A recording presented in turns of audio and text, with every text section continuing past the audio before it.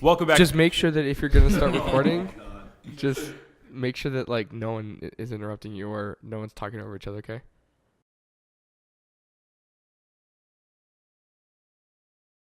I gotta compose myself after that one. I got really angry. I got really angry. Okay, give me just a second. All right. Okay. Welcome back to the It talk. would be really bad for like. Hey man, I need you to stop. Like seriously, we have a guest here, and you're acting like a 5-year-old. I have to be somewhere. Okay. Welcome back to the Talk Your Walk podcast. I'm your host, as always, Austin Lipka, and with me, what are you laughing about? Really funny. Oh my God! And with me, as always, our two co-hosts. Noah Wilburn, hi. I am George Miller. And I am their guest, Taylor Shrum. And this is our guest, Taylor Shrum, Wait who a is. second. Wait, you did that last time, didn't you? Oh yeah, where you introduced yourself and you're like, "Oh man, thanks for taking initiative." Yeah. I remember Callback. that. I remember that. You know what? All right. Gotta Well, let the people know. Yeah, you have to. You have to because if Just you in case if you didn't watch the teaser, I'm so sorry. No, you're fine. No, if you didn't watch the teaser, this is going to be the full-length episode. Don't get it twisted. Things will be different in this episode as far as the questions go, but we also want to touch back on some of the things that we said to kind of get a little bit deeper into them, because one of the things I heard from you guys is that you loved what we talked about, but you didn't think that we went deep enough with it. So that's kind of what we're going to do on Is this that one. what they said? Yeah, There was a lot of that. there was a lot of that. Wow. So, Yeah. There was like at least like 7 comments on the video and like 4 of them were me. okay. Well, Was not I don't know if I would tell people that, but I appreciate you. It's a good thing it's not true. Yeah, I was about to say Yeah, you're no not. comments. You don't go on social media whatsoever. Anyways, Do you have an actual question? no. All right. I just wanted to move away. All right. Well, what I wanted to say is that you don't really use social media because you don't really see the practical use in it. Yeah, no, I wanted to move away from that. No, I don't care for and social media. that's where I'm going with it. Is the fact that last time one of the things that we didn't really touch on is social media. Mm-hmm. So with podcasting, and what we're doing personally for us and everything that we talked about last episode with how things have kind of evolved and some things have actually gone back to the same place, like with audio. Mm-hmm. How has social media had a way in really changing the game as far as getting podcasting out there? Because there's some people that I know that do it, they do it on social media where they do their podcast on, Facebook. Some of them do them on Twitter. Is social media really integral if you want to grow something like that on the internet right now? Yes. Yeah. I think for sharing it, like outbound marketing, you definitely have to be pushing it all day, all night on social media.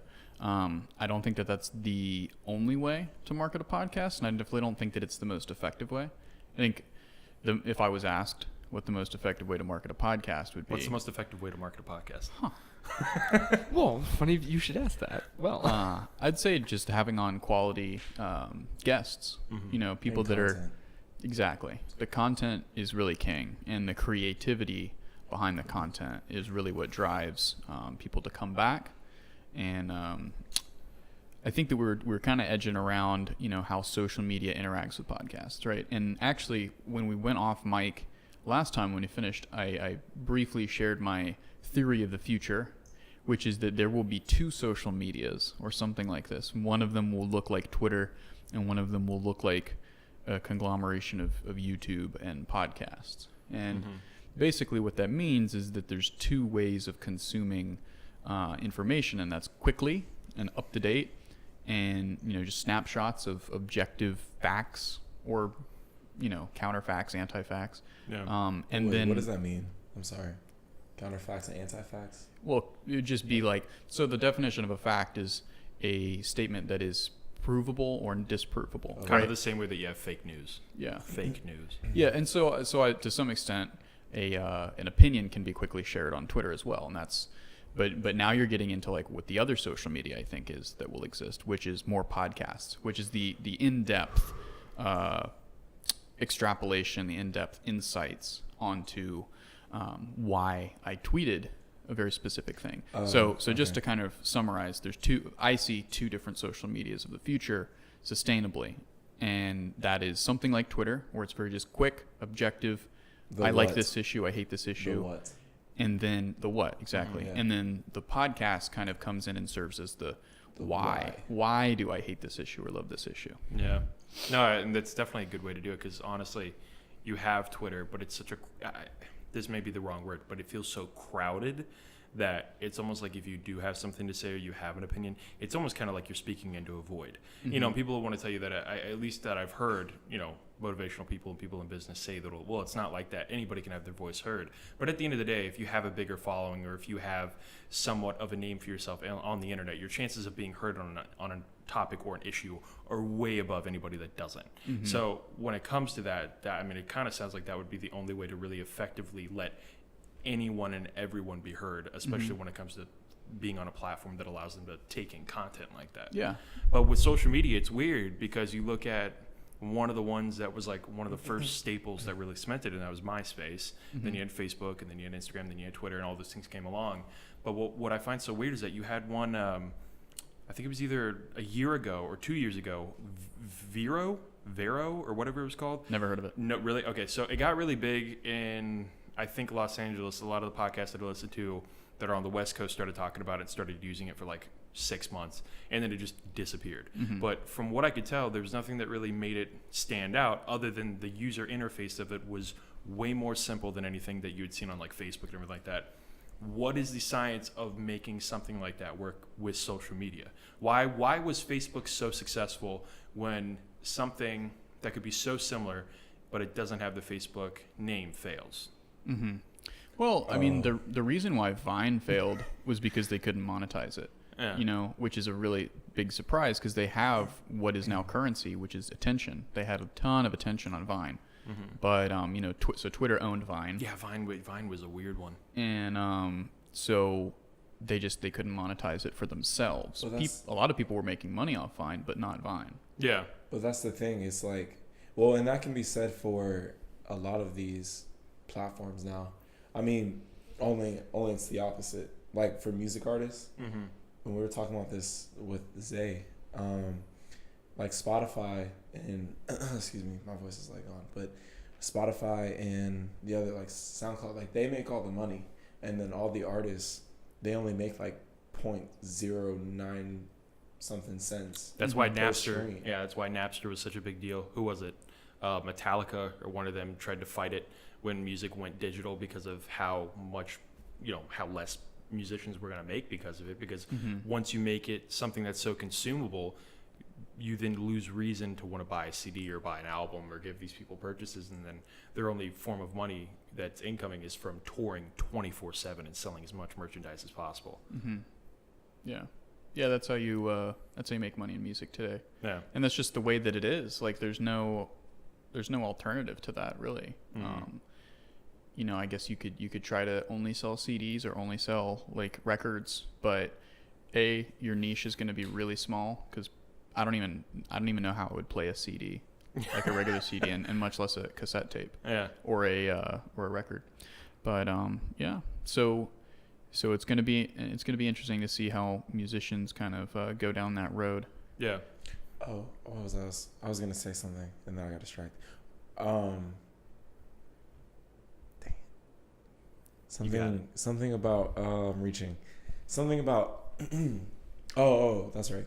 With Vine, like Vine kind of died off because they weren't making money. But then what about these new ones that kind of like Zeus? Did you see that one? I know TikTok and Musically and TikTok. Yeah. well, like you know what I mean. Like Yeah. Musically, it was like.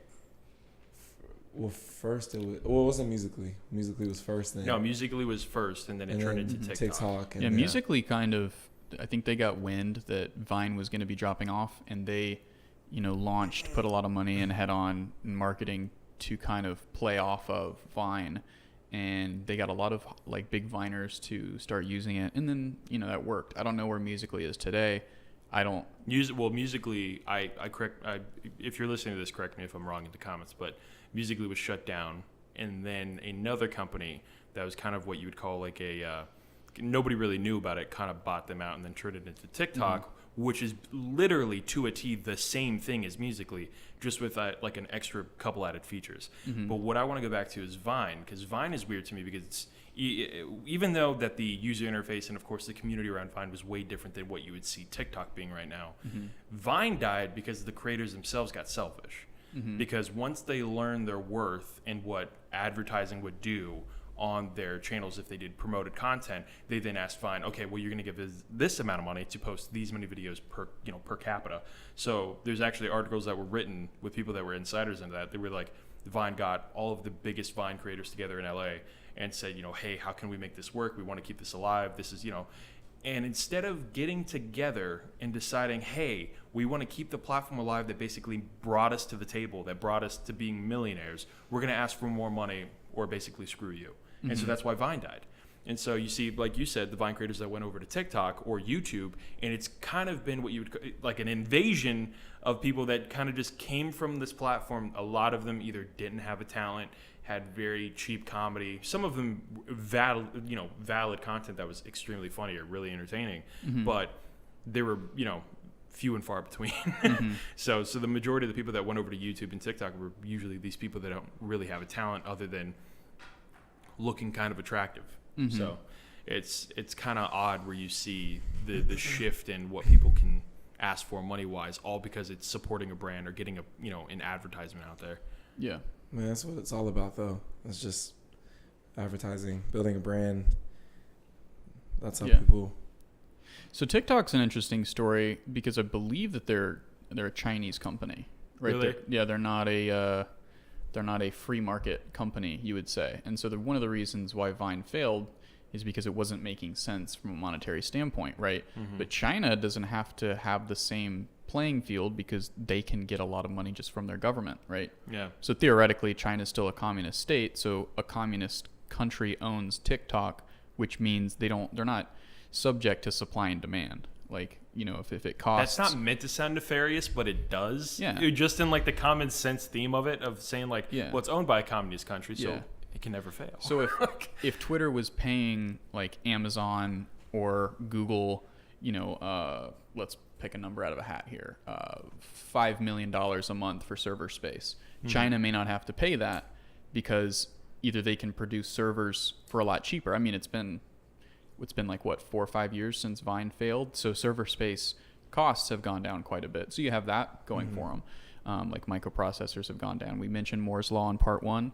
Yeah, go back check it to out. that teaser. But then you also have the fact that the Chinese government can say, hey, if we see enough of interest in TikTok existing, it's going to exist because we want it to, not because it's going to make money or whatever. But with a lot of these apps, if you go to an investor with a new app idea and you don't have data sales as part of your business model, you're not going to be taken seriously unless you're explicitly going out there and saying that we're making the ethical choice not to sell our users data. Because that's, if you think about it, what Robinhood, like Instagram, Facebook, it's all free, right? Yeah. So how are they there? Well, they're there for either they're making money from advertising or you're the product and your data is what they're selling to marketers. And so there's this saying in the tech community is if a product is free, if an app is free, then you're the product, right? So if you're not paying, then you're the product. That's what it is. The data is what scares me. Yeah. Well, okay. So then that's a good place. That's a direction to go because there's kind of two camps, right? There's the Zuckerberg camp, which is that we should really open up our concept of privacy and that we should abandon a lot of what we've thought of. Like why is it a problem to me that my buying behaviors would lead me to buy more Tide laundry detergent than generic brand laundry detergent, right? That doesn't hurt me that the corporate world knows that. I don't think that it does.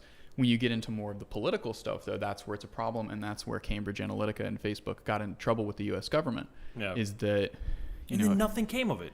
Mark Zuckerberg had to sit there for 7 hours in front of the Senate and look like a lizard and get all the memes. Time. Yeah. So, all the memes. But it's just like, call me crazy, but in the last year, I feel like out of all of these people that have been brought into Supreme Court to answer for their actions, it's always resulted in a slap in the wrist or nothing happening, period. Well, that's because these are all just, okay, and this is somewhat my opinion, but it's also kind of objective, is that these are all somewhat just tests to see how the stock market kind of handles these questions and answers. Really? The real test will be if a Democratic or a politician from the Democratic Party gets elected, because specifically Elizabeth Warren has talked a lot about breaking up the big tech companies, like Amazon and Facebook specifically. So if a Democrat gets into the office, then you'll start to see the stock market getting really weary of these tech companies' true value. And if you look at them, their P to E ratios are crazy high. So which mean like their price to earnings. So like, so the price of the stocks are way overinflated. Like Google and Amazon, do you know how much they are per share? Mm-mm. So like Ford Motors per share, actually that's a bad example. Like Walmart, let's pick one that I actually know. On average, like a Dow Jones or S&P 500 stock, we don't have to talk about the stock market the whole time, but this is just kind of showing you the crossroads of business and tech, right? Yeah. I feel like if you're on these social media sites, even if you don't care about it, the things that we're talking about right now are going to play an important role in the next, I'd say, 5 years into how you use social media. And if you want to build something for yourself, where do you go from there? That's kind of what the first question was. But I should probably look into it more. Yeah. So for example, Verizon is like it's a stock everybody's heard of, a company everybody's heard of. I think it trades right now at like $48 a share, right? So Google Google is actually really low right now. It's actually a great buy. But that comment should not be taken as financial advice. And the purchase something of this podcast does not represent a receipt for any financial advice. Your guest Taylor Shrum. So Google is $1,000 a share. Apple is like $199 somewhere around $200 a share, and then Amazon is $1,800 a share. Why? Because people see so much potential in these companies for the future, and to some extent, there's an economic argument to be made that they really are worth that much money. I mean, so Apple in 2017 was the first to be the first corporation worth $1 trillion. Now they've come back. Like now they're only worth 999 billion. Oh, God. Right? But Microsoft, of all companies, right, is now in the lead at over $1 trillion in total market cap. So the reason I'm bringing all this up is because these companies are making money and they're very attractive to investors because of the amount of users that they have and what that body of users means to advertisers and marketers in terms of how reliable and valid the data is. And these companies there's no one better other than maybe governments at collecting data and then making that available for low cost for people like Tide and Shell Gas. I mean, anybody who wants to sell you anything. So Gillette, Nike. Well, like you said earlier about, why would I care if the government knows about what kind of brand detergent that I choose over the other? Where I think it gets scary is not just about political reasons, but the youth. Kids being advertised these products that, God, what is it, like the skinny fit teas and the gummies and the things like that, and the things that they're trying to sell these kids that they end up growing up and thinking that they need. It's predatory. It's the same thing that you have actually going on right now, and it is right up, could be right up our alleys, that loot boxes and gambling and games right now is that it's absolutely insane the data that's being used against kids right now in games like, Fortnite, things, the shit posting around that is already so big that I don't have to go on a long list of things what's wrong with that, but it's there, not just in merchandising and selling products to kids, but also how we sell products to them on things that we know that they do for hobbies like video games and other things like mobile apps on phones. So how much time do we have now? No, we got like 22 minutes. Got 22 minutes. Yeah. So I know that we wanted to pivot to AI and the job market at some point. Yes. But I mean, to kind of wrap up this thought, I've probably when I was about 16, so that would have been around 2015, 16, 2000, somewhere in there, I realized that, my data was for sale. And so I never got a Facebook. And when I learned what ad blockers were on Google Chrome and like browsers, I installed them. Yeah. Now I still see ads that are relevant to me and based off things I search. Mostly because I have an Amazon account, right? But it's good to be aware, and I think that Zuckerberg's vision of the future is probably what will come into fruition. I think that the conservative, Senate politician is not their vision of the future is not what's going to be. No. Now, all of this conversation could be erased if we descend into nuclear war and an atom bomb is, executed in our atmosphere, because the none of internet, that matters. the internet is dissolved, and everybody's data is probably lost unless it's stored on a hard drive. So, just be aware and try to think of ways that you can make money off of that reality instead of fearing it. For long term or short term. Yeah. Yeah. I mean, I'm asking, like, like long term or short term. I mean, do you think things will change in the next 5 years, or? Yeah. Well, regarding with the whole data stuff, golly, I cannot talk. I think that in America, it's not going to change to where it's going to harm anyone. You might see, events in the margins, like with kids, you said, or with like people who are predictably targeted, like uneducated folks or older folks. people. Yeah, or older people, exactly. Yeah. Folks on the margin, and well, with the older people, that could happen at a very high rate, and it is. Yeah. There's a lot of scams. I mean, it's like there is a number out there. I want to say it's like $40 billion is scammed from old people. I don't know what the age cutoff is, a year, which is insane. Yeah. That's crazy. That's crazy. That's like, that's a lot. So, where's that money going? If people are... If it's not going back into the system, where is it going? Well, it's going to the pockets of the types of people who feel ethically okay with stealing money from old people, which are not good people. No. Usually.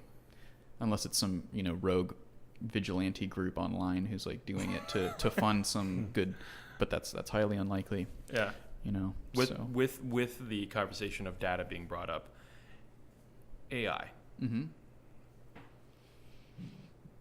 What I think is so interesting is that we're talking about data and the way that it's brought up and how it's a sellable. It's not. Don't know if that's a word. It's a tradable commodity. Data. Mm-hmm.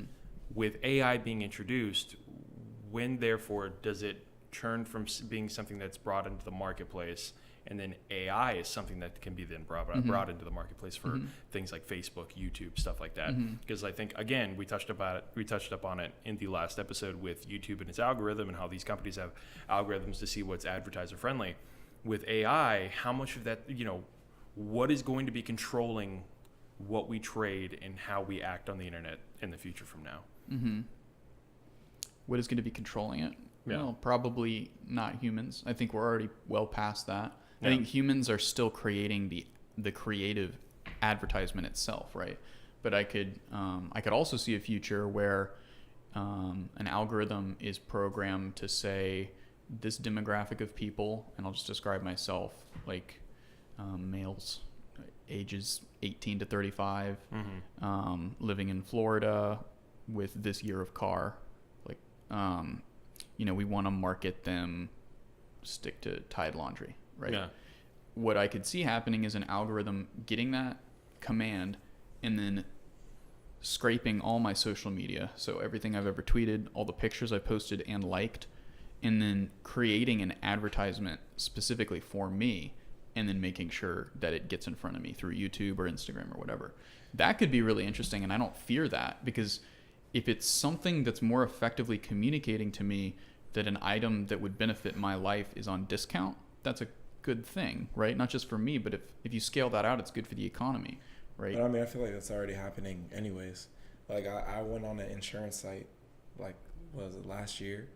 On an insurance site, and next thing I know, I typed some information in, and then I was like, oh, this isn't for me, whatever.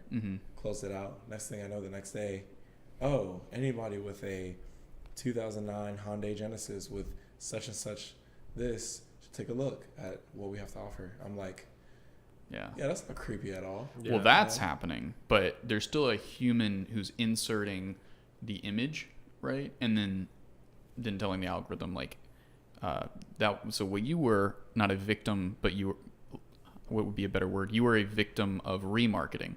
So you went onto a site, and based on what you searched, the cookies, do we all know what cookies are to some extent? Yes, to some extent. It's basically data that just follows you around. And if you have the ad blockers, and if you have certain plugins to your browser, you can mitigate a little bit of that. But again, you need to ask yourself, do I really want to mitigate that? Maybe you do, maybe you don't. But yeah, so car insurance is a big one. Car insurance companies are like one of the biggest spenders for advertising. Like Geico and Progressive, and then all the millions of other small cap ones. So, they're going to do everything they can to get in front of you. But my point is that there's still a human making that advertisement and then uploading that to the machine that then does the rest. So you're going to say the machine is going to be doing all the thinking. Right. And so I actually worked with a guy who was trying, he actually get through the business back end of it, but he created an algorithm that would scrape through the Twitter language of everybody you follow and like. And then so instead of just putting out a generic buy this Tide laundry because it's so great for you, it would actually take the syntax and word choice from all of the things that you've liked on Twitter, and it would recreate a perfect message for you.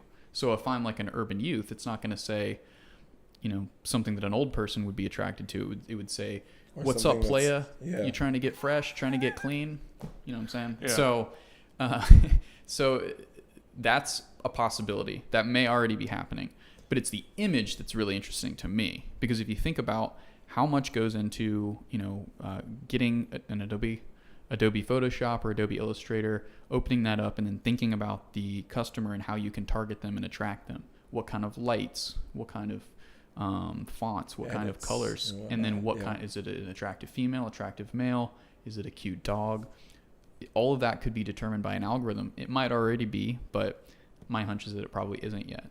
What would be really interesting is if these algorithms are given this command and then do something that no one ever has thought about doing. So Madison Avenue is the street in New York where all of the highest paid marketers live, right? Yeah. So that could effectively be a ghost town if these algorithms can say, can produce an advertisement that is just way better and more effective, right? Mm-hmm. The average click-through rate is a good click-through rate for a lot of these advertisements is below 5%. So if an algorithm can create something that can beat that, like why have all these humans in buildings taking up air conditioning and utility bills when we can just run a machine to do it? Right. And that's a good thing too. Like now we can kind of transition into employment. Mm-hmm. It's a good thing for complex economic reasons that are kind of counterintuitive. But so if I may, I'm being a little bit of a dominant guest here. No. Thank you. So, and a lot of this is just kind of like new territory for me to think. So instead of like an advertisement where like, let's say dog food, like there's a, what you would expect, like a woman and her kids playing with their dog, and then the dog gets hungry and they pour this certain type of dog food and the dog smiles and there's some, CGI involved. If instead of that, if the algorithm can conclude that humans are clicking through and purchasing at a higher rate because you're just flashing like yellow and green and then the dog food brand and then yellow and green, and somehow that triggers a stronger emotional association, like why would it not do that? Yeah. From like a purely economic utilitarian standpoint. Because you think about it first and it's like, that'd be so weird. Right. But at the same time, if it's doing the job, then yeah. But think about the Old Spice commercials, right? I'm pretty sure those were made by humans, but like they're wacky, they're crazy. They're known for being non-traditional. But it's like some dude who's like a half Pegasus and he's like yelling and then the walls explode.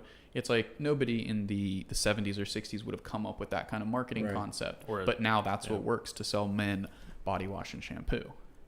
I think that the future is going to be very bizarre, my friends, and that the advertisements and the content, is going to be pretty interesting. BBC has a podcast called On the Media, and they had this gentleman on who worked for the BBC and does all the advertising, right? And one of the things that they talked about, and this is really, really fresh, very relevant information right here, is that the majority of the content that you hear on any news outlet, like the majority, like sometimes up to 80%, is written by PR companies.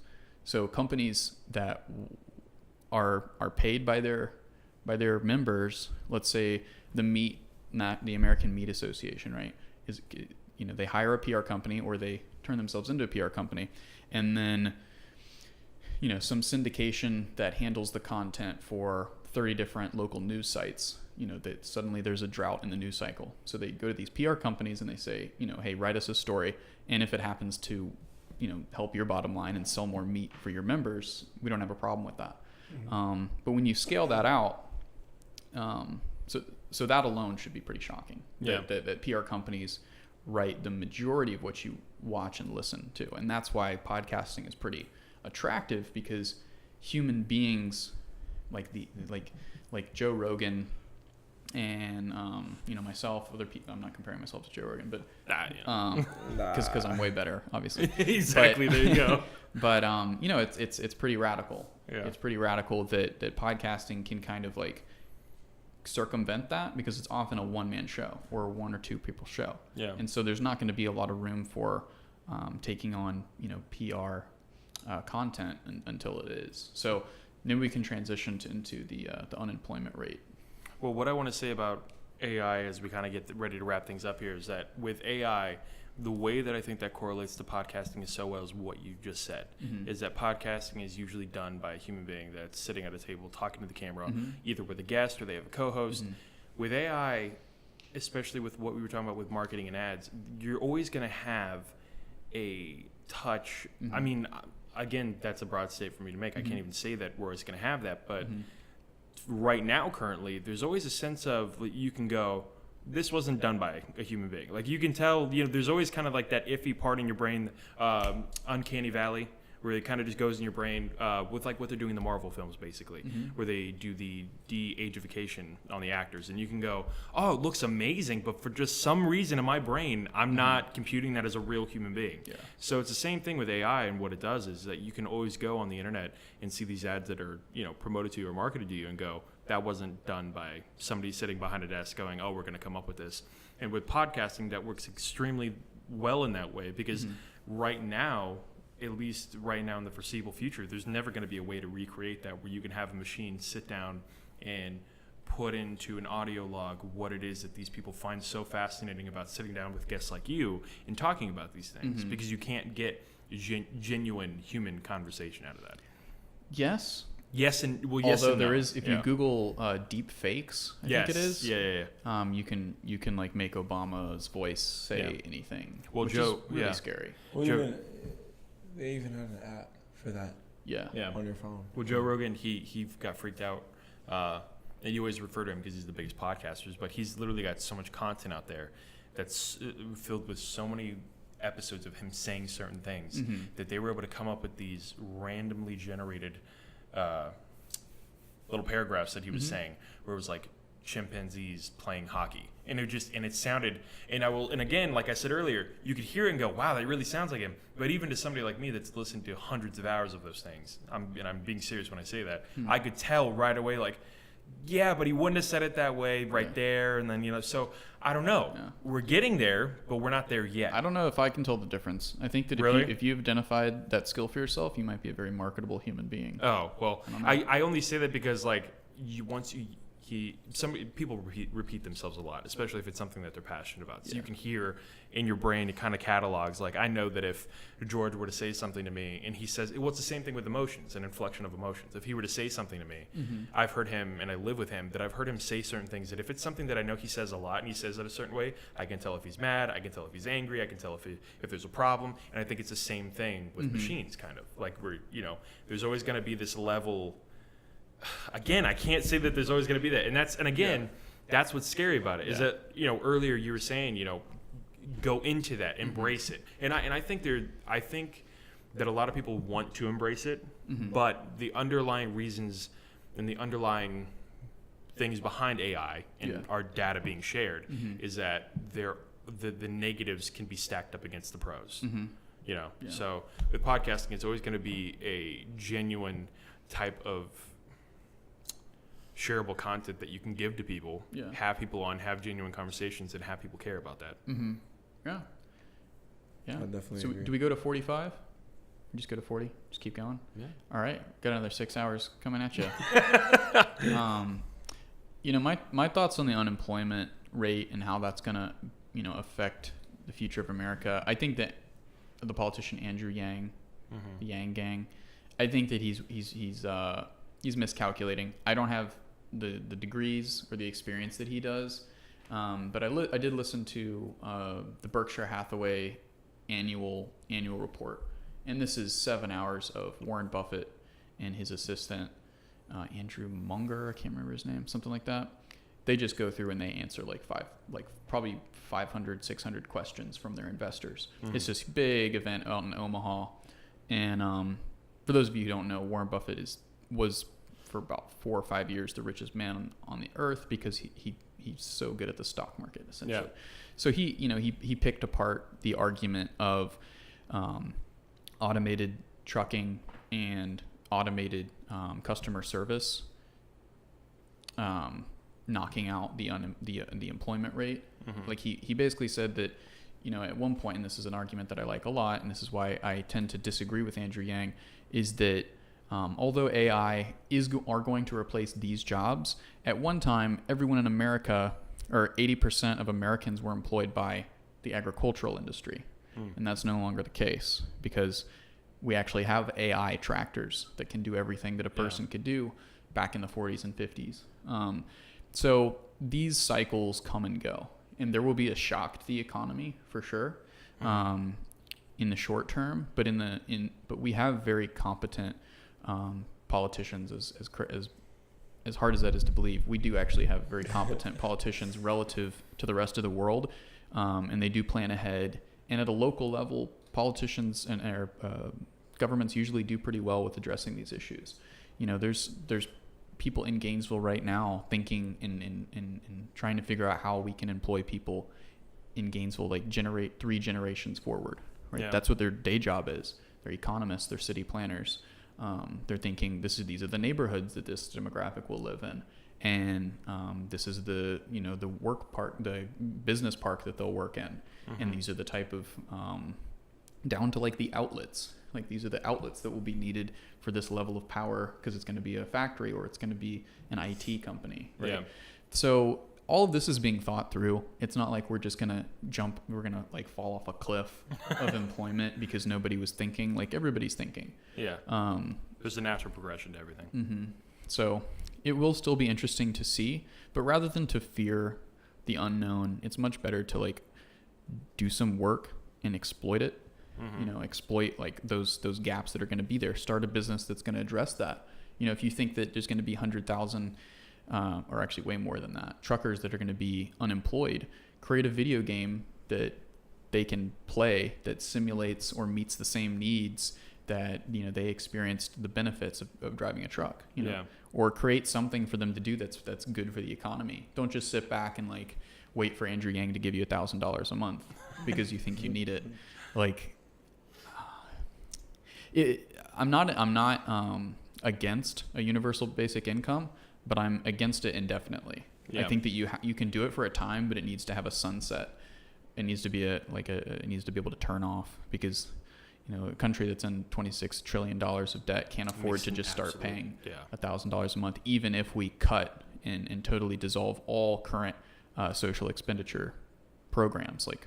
Even if we did that, I still don't think it would work. It's too many people. Yeah, it's like the mindset of to get ourselves out of debt, we'll put ourselves farther into it. It makes absolute zero sense if you look at it that way. Yeah, if you look at kind of the nuances behind the U.S. being the stewards of the world's reserve currency, it kind of does make sense for us to go into infinite debt because we're the only country that could do it. Yeah, so. Oil and most commodity goods are traded in U.S. dollars, which basically, a couple economics textbooks later means that there is a little bit of logic in us going into infinite debt as long as, certain metrics stay in line. Like, if inflation went above 7% in the United States, it would get really bad, right? Yeah. Or if unemployment went, north of like 10%, it would be really, really bad. Especially it'd be a terrible time to have that kind of debt. But I just want to take this time to thank you guys for having me come on your podcast and talk about the complexities of world market economies. Yeah. And a lot of it which the three of us know nothing about. If you've made it this far in the podcast, I would urge you that if you like talking about these kind of things, or if you like marketing your company or service, or yourself and your personal brand, hit up Podcast Central at podcastcntrl@gmail.com, and you can get a consultation going with your boy Taylor Shrum, or go to our website at podcastcentral.net, and we can get something going for you. We produce the highest quality podcasts on the East Coast, and I can say that because I don't think highest quality is a legal term. So, and I will say, podcasting it is the future. So get on board, people. You guys got anything you guys want to leave them with? You know where to find us. Okay. Well, this is the Talk Your Walk podcast. We're out. That's awesome.